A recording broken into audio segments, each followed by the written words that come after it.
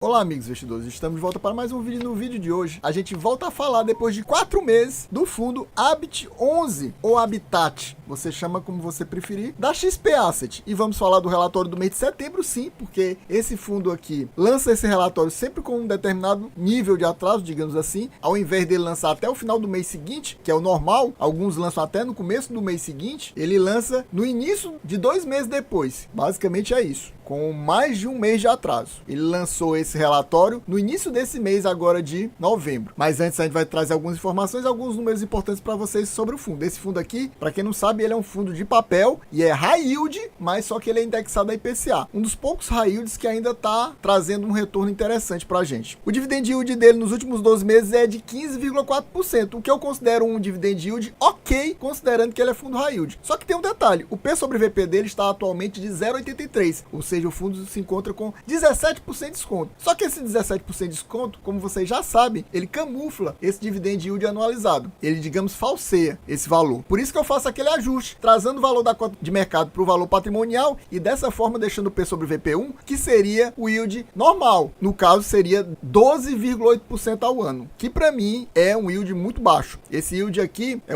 seria um yield bom para fundo de papel high grade, mas não para um high yield, nem para um middle risk seria bom, quanto mais para um high yield. Então eu considero que ele está com yield no momento baixo, já fazendo o ajuste que eu falo. Sem fazer o ajuste, se você considerar só o preço atual, aí está um yield aceitável, digamos assim, de 15,4%. O dividendo que vai ser pago por ele nesse mês de novembro vai ser de 90 centavos, o que nos traz um dividend yield de 1,10%, baseado no valor da cota de fechamento do mês passado. É um yield ok para fundo high yield. Seria o mais baixo patamar possível para um fundo high yield, mas só porque o valor da cota está amassado. Se não tivesse tão amassado, esse yield não seria tão bom como é que ele está sendo. E eu estou dizendo tão bom entre aspas, né? Porque é como eu falei, é tipo o mínimo que deveria um fundo high yield trazer, que é 1,10%. E diga-se passagem, esses 90 centavos é o dividendo distribuído mais baixo por ele nos últimos 24 meses. Nos últimos 24 meses, ele não tinha trazido um dividendo tão baixo, de 90 centavos, como eu estou falando, porque os piores nos últimos 24 meses foram 95 centavos, mas a maioria foi de R$1 ou mais. Tanto que a gente vai mostrar no relatório dele, que nos últimos 12 meses, por exemplo, a média dele é de R$1,02. Esse relatório aqui trata dos dividendos que foram pagos em outubro, e aqui ele pagou mais. Você vai me dizer, por que foi tão baixo? Meus amigos, é porque esse dividendo agora tem reflexo daquela deflação que houve no mês de agosto. Sim, então deflação em agosto afetou os rendimentos, mais precisamente afetou as receitas do mês de outubro, consequentemente os dividendos, os proventos do mês de novembro. E aí você vai me perguntar, e por que fazia tanto tempo que tu não trazia, Adriano? Meus amigos, exatamente porque deu muito pouco view. Esse fundo aqui normalmente traz uma quantidade de views bem boa, bem acima da média do normal. E o último vídeo que eu trouxe deu uma quantidade bem abaixo da média, por isso que a gente não trouxe. Então, se você gosta desse vídeo aqui, desse fundo aqui, já faz aquilo que sempre você teria que fazer, que é o quê? Se inscrever no canal se não for inscrito, deixar aquele likezão sem pensar em mais nada e também ativar o sininho e comentar para ajudar a gente a bater a maior quantidade de views possível para no próximo mês estarmos trazendo a leitura do relatório do mês de outubro aqui do Habit11, que vai ser a que vai explicar por que o rendimento deu tão baixo. Na prática é ela, a gente vai ver na DRE do fundo. Entrando aqui nos destaques do mês de setembro, a gente vê que o fundo distribuiu R$1, exatamente como eu falei. Esse de 90 centavos foi anunciado no final do mês de outubro, para ser pago agora em novembro. Mas esse aqui é do final do mês de setembro, que foi pago em outubro, R$1. Isso equivale a um yield de 1,16%, novamente. Está naquela média dos fundos high yields. Os fundos high yields trazem entre 1,10 e 1,20, só que esse 1,16, assim como esse 1,10, só foram atingidos, digamos assim, porque a cota está muito amassada. Se ela não tivesse muito amassada, tivesse mais próximo do valor patrimonial, esse yield tinha ficado abaixo de 1,10, ou seja, numa faixa de yield de fundo middle risk e não high yield. A taxa de administração e gestão aqui desse fundo é uma das mais altas que tem na nossa bolsa, 1,26% ao ano, muito alto. A maioria é em torno de 1 a 1,15, aqui é 1,26, e a taxa de performance dele, apesar de você achar 20% do que excede 100% de CDI, mas como esse fundo aqui é indexado a IPCA, para mim, primeiro, não faz muito sentido ele ter uma taxa de performance baseado em CDI, sendo um fundo IPCA. Tirando isso, não fica tão fácil de bater, fica mais difícil de bater. Mas como esse fundo aqui é high yield, o retorno que o fundo traz, a carteira do fundo traz, é uma taxa bem alta. Então, por isso, ele acaba batendo essa taxa aí de performance, 100% do CDI. Ou seja, praticamente todo mês ele está cobrando esses 20% do que excede 100% do CDI. Sobre o fundo no mês de setembro, a gente tem o quê? Que o fundo distribui R$1, a gente já sabe disso, e que o fundo encerrou o mês de setembro com 93 93,4% do patrimônio líquido alocado em CRIs, ou seja, a grande maioria da carteira alocada em CRIs, 94% praticamente, cerca de 5% alocado em fundos imobiliários, ou seja, ele não é aquele fundo que o pessoal chama de puro sangue, que só tem CRI na carteira, ele também tem fundo imobiliário, mas é muito pouco, cerca de 5% apenas. É diferente, por exemplo, de um CPTS da vida. O CPTS tem 30% da carteira de fundo imobiliário, que é só 5%. E ele tem mais cerca de 2%, 14 milhões e meio em caixa. Nesse período, foram investidos aproximadamente 24 milhões em tranches. Tranches seriam parcelas de alguns CRIs que o fundo já investia. Ele alocou cerca de 14 milhões,7 no CRI da Hotbit U para dar continuidade às obras do projeto, mais 5 milhões na Brava 16, também dando continuidade em obras do projeto, e mais 5 milhões na Infinity, também para dar continuidade nas obras do projeto. Eu gostaria de aproveitar esse momento e perguntar para você: você possui o Habit 11 ou Habitat na sua carteira? Tá pensando em colocar ele na sua carteira ou aumentar a sua posição, aproveitando esse momento que ele tá com esse desconto bom? Ou ao contrário disso, você tá pensando em diminuir a sua posição, a zerar a sua posição, porque não tá gostando desses dividendos que ele tá trazendo? Me diga aqui nos comentários para trocar informação, trocar figurinhas. Me diga quais são seus fundos imobiliários de papel, inclusive os que não são high yield, que eu direi quais são os meus. E meu amigo, se você ainda não é inscrito nesse canal, não perca mais seu tempo de forma alguma. Escreva agora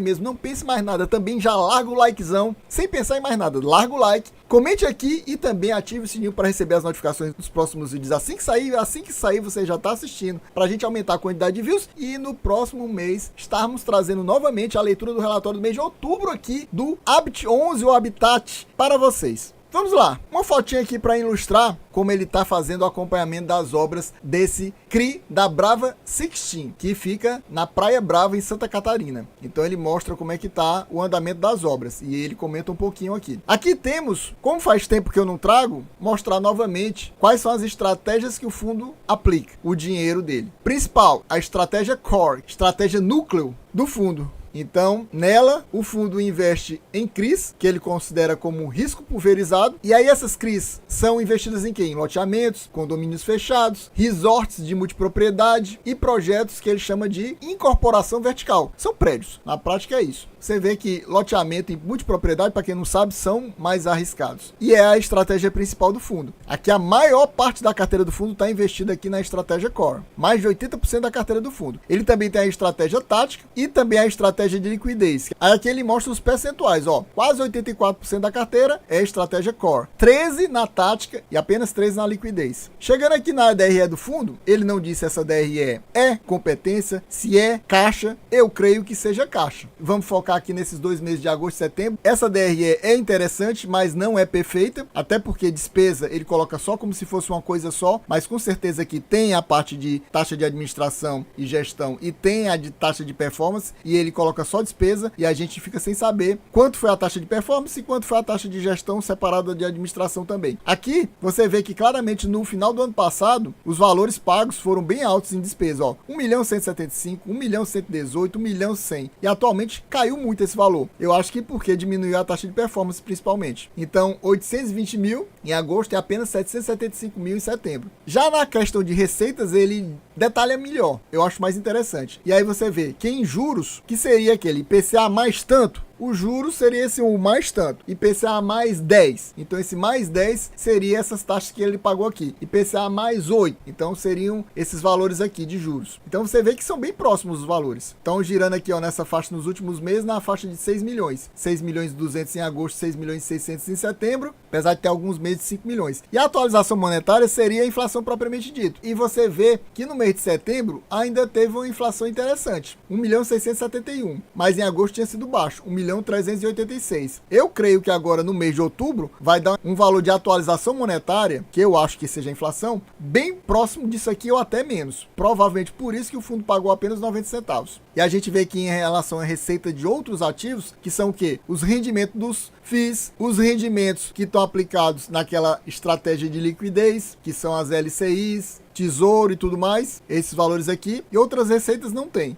Então você vê que são bem próximos os valores, pelo menos nos últimos 4 meses, girando na faixa aí de meio milhão. E então no final das contas você vê que no mês de setembro teve uma receita aí cerca de 700 mil a mais do que em agosto. Como também teve uma redução nas despesas, no final das contas o lucro, ou seja, o resultado líquido do fundo, foi melhor em setembro. 7 milhões e 400 mil em agosto, 8 milhões e 100 mil, arredondando aqui, em setembro. Basicamente uma diferença aí de 700 mil. Por isso que o resultado por cota em agosto foi apenas 91 centavos e o fundo pagou quanto? 95. Ou seja, ele teve que colocar 4 centavos que ele tinha em reserva. Já em setembro o resultado foi 99 centavos e ele pagou quanto? R$1. Então, com certeza essa receita agora do mês de outubro, que a gente ainda vai ver no próximo relatório, deve ter sido bem próximo de 90 centavos, tipo essa aqui. E por isso que o fundo não conseguiu pagar mais de 90 centavos. Se você olhar o que o fundo distribuiu nesse semestre, você vê que ele distribuiu R$2,95 e ele só recebeu R$2,92, ou seja, ele teve que colocar 3 centavos que ele tinha em reserva, provavelmente do início do ano, para complementar essa renda. Provavelmente ele fez isso. Por exemplo, aqui ele fala semestre, ele está falando julho, agosto e setembro. Nesses 3 meses, ele teve um resultado, um lucro de R$2,92 e pagou R$2,95. Ele deve estar usando reserva que ele adquiriu entre os meses de janeiro a junho, para fazer esse pagamento agora e ter complementado esses últimos meses aqui. Agosto ele teve que completar 4 centavos, setembro teve mais 1 centavo, foram 6 centavos nesses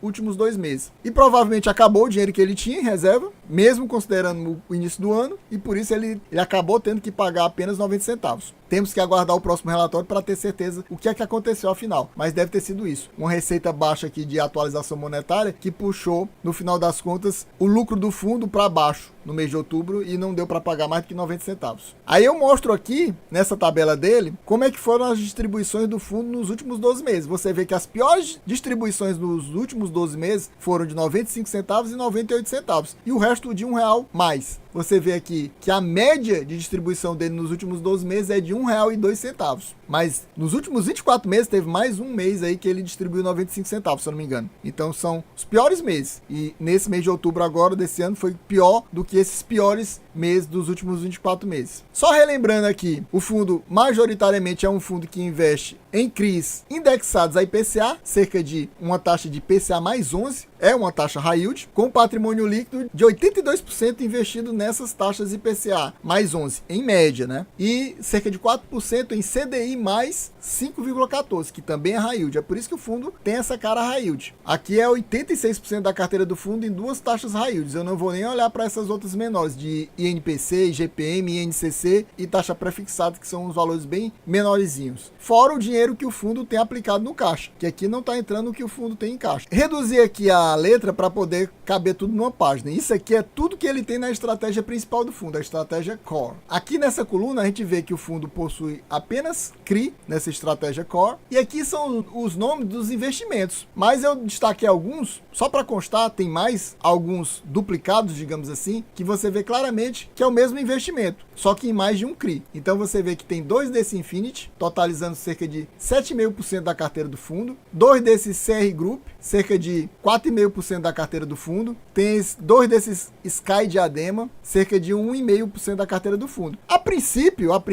ele é um fundo diversificado, porque ali seria o maior devedor do fundo. Esse Infinity basicamente é para ser o maior devedor do fundo, que seria 7,5% do patrimônio líquido, que está dentro daquele meu limite máximo aceitável, que eu sempre falo para vocês. Para mim o ideal seria 5%, mas até 8% é aceitável, que seria 7,5%. Mas é claro que como aqui não está descrito com clareza quem é o devedor e sim o nome do investimento, então pode ser que esse Infinity aqui seja um devedor que é igual, vou citar um exemplo, desse Laredo, só chutando, poderia ser Infinity Laredo ser do mesmo devedor, mas a gente não tem essa certeza. Nem se você olhar os detalhes dos empreendimentos você tem certeza, porque ele não dá com clareza em todos os investimentos qual é o nome do devedor principal. Então a gente não adianta ficar procurando isso, caçando isso. Aqui a gente vê a taxa que o fundo investe e aqui o indexador. Aqui a gente vê o valor investido. Esses dois aqui, pelo jeito, não estão pagando, porque o valor está zerado. Isso me lembrou que o fundo, até uns 6 meses atrás, trazia uma linha que dizia quanto é que o fundo tinha de inadimplência, mas de uma hora para outra ele cortou. Não sei se é porque aumentou, porque eu duvido que tenha zerado. Aqui para mim é como se o fundo estivesse tomando um calote desses dois devedores e por isso que ele já tirou até o valor. Já deduziu o valor aqui da lista de ativos do fundo. Aqui você vê o patrimônio líquido investido em cada um desses ativos. Aqui você vê, para complementar, como é que está a situação das obras desses empreendimentos e como é que está o nível de vendas deles. No final das contas, essa estratégia core totaliza 650 milhões de investimentos, cerca de 84% da carteira do fundo. E aqui a gente vê o restante da carteira do fundo, nas duas outras estratégias que o fundo possui. A estratégia tática, que o fundo tem cerca de 13% da carteira investida, que é dividida em CRIs e fundos imobiliários, e a estratégia de liquidez, que são FIIs também, 1,24%, e o caixa, que é cerca de 2%. Aqui é praticamente 3,5% da carteira do fundo. E aqui você vê os tickers dos fundos, vários fundos conhecidos, mas tem alguns aqui que eu, por exemplo, não conheço. E aqui também vários fundos conhecidos, mas também aqui tem fundo que eu não conheço, pelo menos de perto. Mas alguns fundos bem famosos aqui nessa lista. Pessoal, então a gente vai ficando por aqui. Espero que vocês tenham gostado. Quem gostou já sabe, se ainda não for inscrito, não perca mais seu tempo de forma alguma. Se inscreva agora. Já deixa aquele likezão sem pensar em mais nada. Já deixa o like. Já comenta aqui para ajudar a gente a bater a meta da maior quantidade de views possível, para no mês que vem trazermos novamente a leitura do relatório do mês de outubro aqui do Habitat para vocês, e com essa novidade do motivo por que eles pagaram pouco, que a gente vai ver basicamente na DRE do fundo. É isso aí, valeu, até a próxima e fui!